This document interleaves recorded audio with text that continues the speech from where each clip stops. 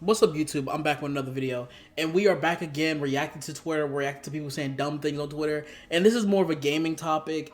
If you like the content, hit the like button, subscribe, and share. I'm trying to form a whole community over here, okay? Y'all be blowing my videos sometimes, you know what I mean? I'm liking it. If you're new here, hit the subscribe button. I upload content every other day, comic books, gaming, whatever. So basically, this whole thing's been going on because XQC, the internet's biggest idiot, is talking about how GTA 6 should be $100, and how basically he's defending that gaming should be $100. And this topic has been going on every single day almost ever since it got revealed, and these people have been trying to push and push and push. GTA 6 should be $100, and if it's $100, I'm buying it day one. And people are like, it angers me because people don't understand the slippery slope of saying, like, once you open up the door, whatever flies in, flies in. You know when there's a bunch of flies outside, or there's a bunch of gnats and stuff like that, and your mom said, hey, don't open the door, don't open the window real quick. If you open the door, open the window, whatever flies in is gonna fly in, and it's hard to get out. Once it flies in, you kind of stuck with it. That's exactly what it is. Once you step what they say in John Wick, once you put a pinky back into this world, it will swallow you whole. You know what I mean? And so, pause. And so people have been saying again and again and again, GTA 6 should be $100. It should be $100. It's worth $100. Rockstar, they put nothing but gold out. Funny enough, one of the things they just put out recently, the enhanced edition of GTA 6 is currently bombing. But other than that, they put out nothing but gold, okay? GTA 6 will be the greatest game of all time. They cannot do wrong.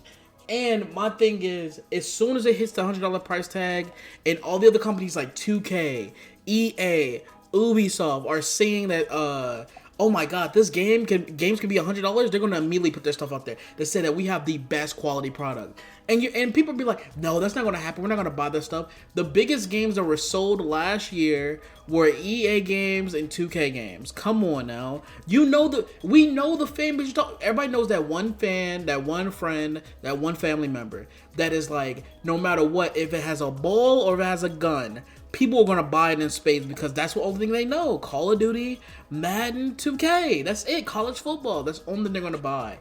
And so, they fall for it every year. Oh my god. This year has the most enhanced physical features that has ever been in a Madden game, even though it's been the same Madden game since 04. Oh my god, you can now see Russell Wilson in his 15th jersey. It's now been updated. You don't have the new rookies in here. That's the main issue. It's just like you have to spend $70 for a roster update and with old textures because that's what we do every year. And the sports fans will sit there and complain and sit there and say, oh my god, this game sucks. I miss the old 2K, I miss the old Madden, but continue to buy the new stuff day in, day out. And so you're telling me that EA, 2K, they're going to see that GTA is being sold for $100 and it's breaking records all over the country and all over the world, that they won't try to dip their toe in there? They're gonna do some, oh my god, we're revamping the city in 2K, so it needs to be $100. Oh my god, we're revamping our ball engine, our physics, and the sweat on Jimmy Butler's braids. That's why it needs to be $100. What did the CEO say when they made it $70? Even though we should have went against that also, but people are sheep and they fold easily. Once it became $70, they're talking about, well, the amount of quality that we put into our game, being $60 is not sustainable, even though it's at an all-time high, the amount of gamers that are on there. And the fact that you're constantly giving your CEOs $300 million bonuses every year. But please tell us how y'all can afford video games, right? So these people are going to see stuff like that, and they're going to be like, whoa, well, our quality product, you can get $100 out of our games. Ubisoft, where there's nothing but clutter on the map 24/7, and the games barely work. Oh, wait a minute. We can put $100 games out. We can do that. This is the same thing, and people are like, they're not gonna do that. These companies are now doing the whole model of, you spend $130 on our game, you can play the game 3 days early. Even though the games that come out 3 days early are so broken, you have to wait for the day one patch anyway. I remember Star Wars Outlaws. I remember when that game was broken and people had to restart the entire game for it to work. And by the time we restarted the game, it was already day one, so you just wasted all those hours of progress for no reason. And what did they give you? They gave you a 20% discount on the next purchase. It's like, come on, bro. This is gaming we're talking about. But no, XQC, obviously, he's a multi-millionaire streamer who lost his grasp on reality, thinking that, oh my god, everyone should be able to afford. If you can't spend $100 on a video game, then you just can't afford it. It's like, you're just broke. You just don't know how to save. And so he released a stupid tweet And it kind of went viral. People were ragging them a little bit, but some people were agreeing somehow because people are losers. Gamers will buy 5 early access half-baked $140 games and sprinkle $300 worth of skins in a year. But when a AAA company goes all out and take their time to make the most anticipated polished product we know they can make, suddenly $100 is too much. Stop talking. Bro, like, people just be yapping, bro. People just be yapping, flapping their gums, running their mouth. Because there is no way that you're going to sit there and say, oh my God, it's just... It's funny because the saying of tides raise all ships, like a rising tide raises all ships. If you increase the amount it costs for gaming for the AAA games, that means the indie game's gonna go up also. So you're telling me, I want you to ask any friend, I want you to ask yourself, for those 2-hour walking simulators, those 2 to 3 hour games where it's like there's minimal gameplay and there's a deep story or whatever, you spending $60 for that? Or you used to paying the $20 that it used to be? That's what I thought. $60. Are you serious? Indie games now are like $40 when they used to be cheaper because everything went to 70. So it's like it trickles down for everywhere. Whereas like more things are gonna get more expensive.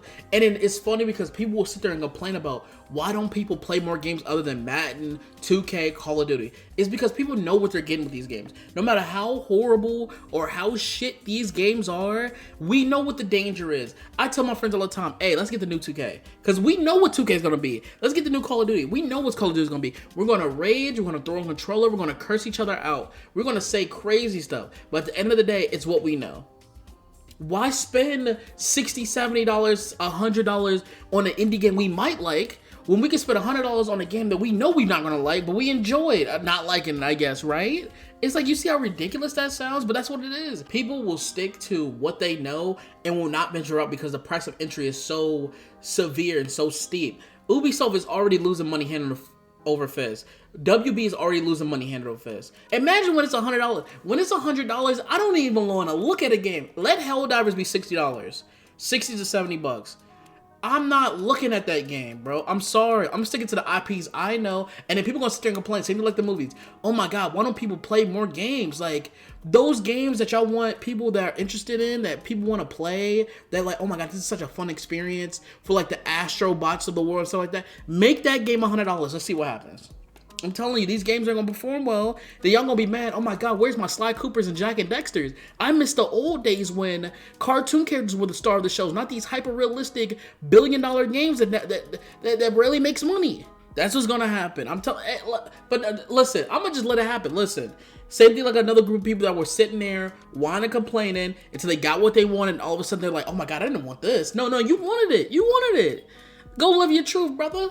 Go live your truth. So it's like, let this go $100. Y'all know how it's gonna go. When it goes that way, when they make the game, I don't think that GTA is gonna be $100. But if they make the game $100, right, and you see the slippery slope, and next thing you know, NBA 2K, Madden, FIFA, Call of Duty, whatever AAA game you want to talk about, Watch Dogs 4, Assassin's Creed Bloodlines, I don't know. Whenever that happens, and that's $100, y'all complain about no one's gonna buy this for $100, and these companies go out of business. Y'all wonder, man, I miss when LA Noire, like LA Noire 2 come back out and it's $100. Y'all not getting it. Y'all are not getting it. Y'all not getting it. You are not getting it. I'm sorry.